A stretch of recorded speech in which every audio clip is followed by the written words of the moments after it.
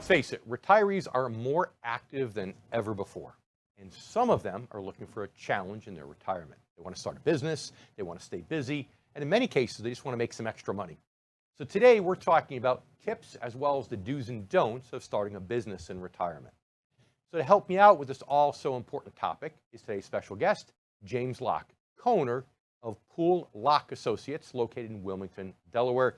James has more than 20 years experience in the financial service industry. And you know what, James, it's always great to have you here on the Income Generation. Hey, Dave, thanks for having me. Glad to be here.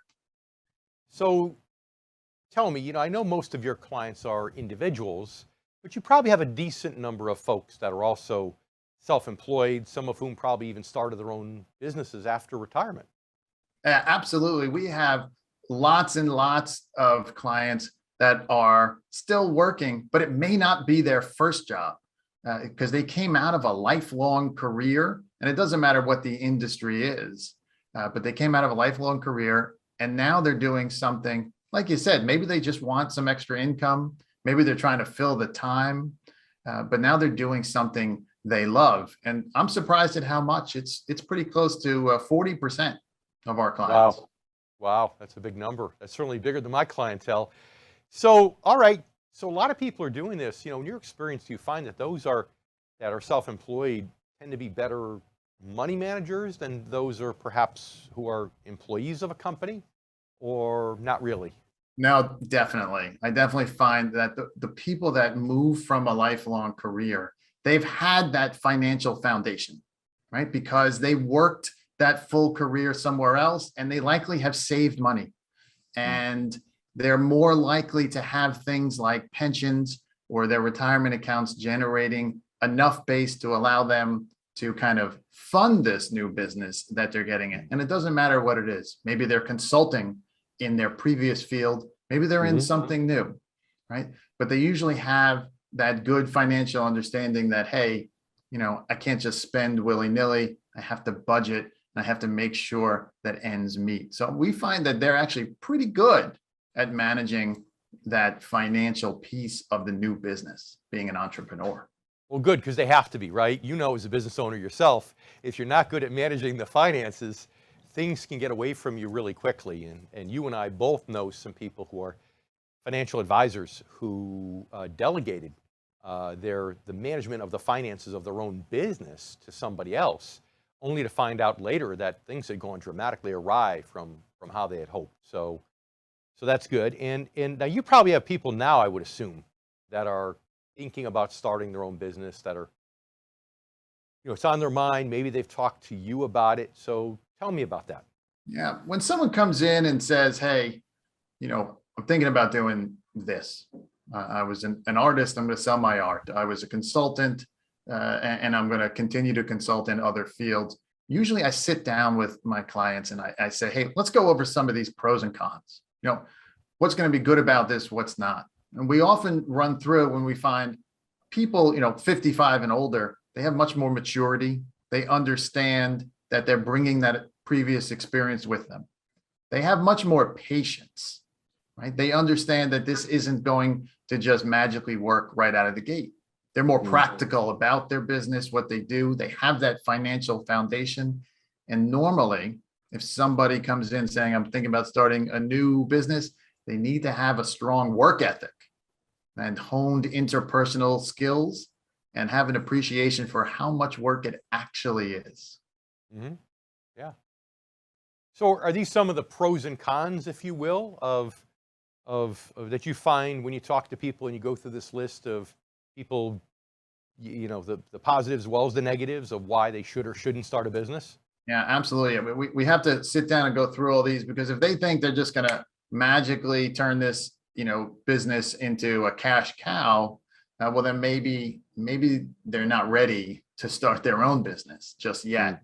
They need to understand it, because we go through the cons as well. It's hard work for somebody to start a new business, sometimes much harder than expected. You're your own boss, and the work may be gratifying, but it's far from easy. Maybe you have some bad habits that you took from a previous job into this one, and that's not going to work. And that's going to be just exemplified bigger and bigger. It's going to get pushed bigger and bigger when you're your Right. own boss. And there's also limited time for growth. You're not 30 anymore. You may be 55, 60, 65. So there needs to be a window of, hey, how long is this going to be before it starts working? And there could be pressure on you financially if you're putting too much into it. So pluses and minuses. And there are some folks that, a lot of folks over age 55 maybe do not know a lot about how the newer technology can help their businesses, like some of the younger folks might. May not have as much energy as they think to push it forward through the tough times, not just the dream of the good times. Right. And some may not even have management skills, right? They may have worked in a position where they didn't have to manage a lot of people. And maybe as this business grows, they're going to have to develop those. So again, some positives and negatives. Real quick, I'd be remiss if I didn't ask you right now about the financial markets and what's going on. Because, people, their 401ks were growing, right? And maybe they're thinking about retiring, or as we say, quote, retiring, but then again, starting their own business. They're going up and up and up, and then the 401ks got slammed back down, and now we're seeing a bit of a rebound. How might that play, or doesn't it play into the timing, in your opinion, of making that decision? If I were your client and said, hey, I want to retire from my full-time job and start my own business.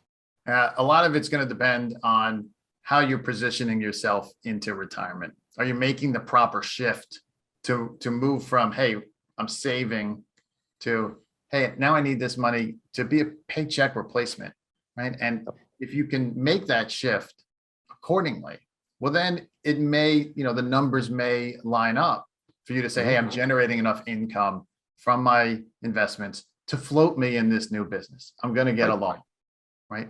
And that's really why people come walking into us. They're not looking to me to say, how do I be a better artist and sell my art? Or, how do I be a better consultant to the pharmaceutical industry?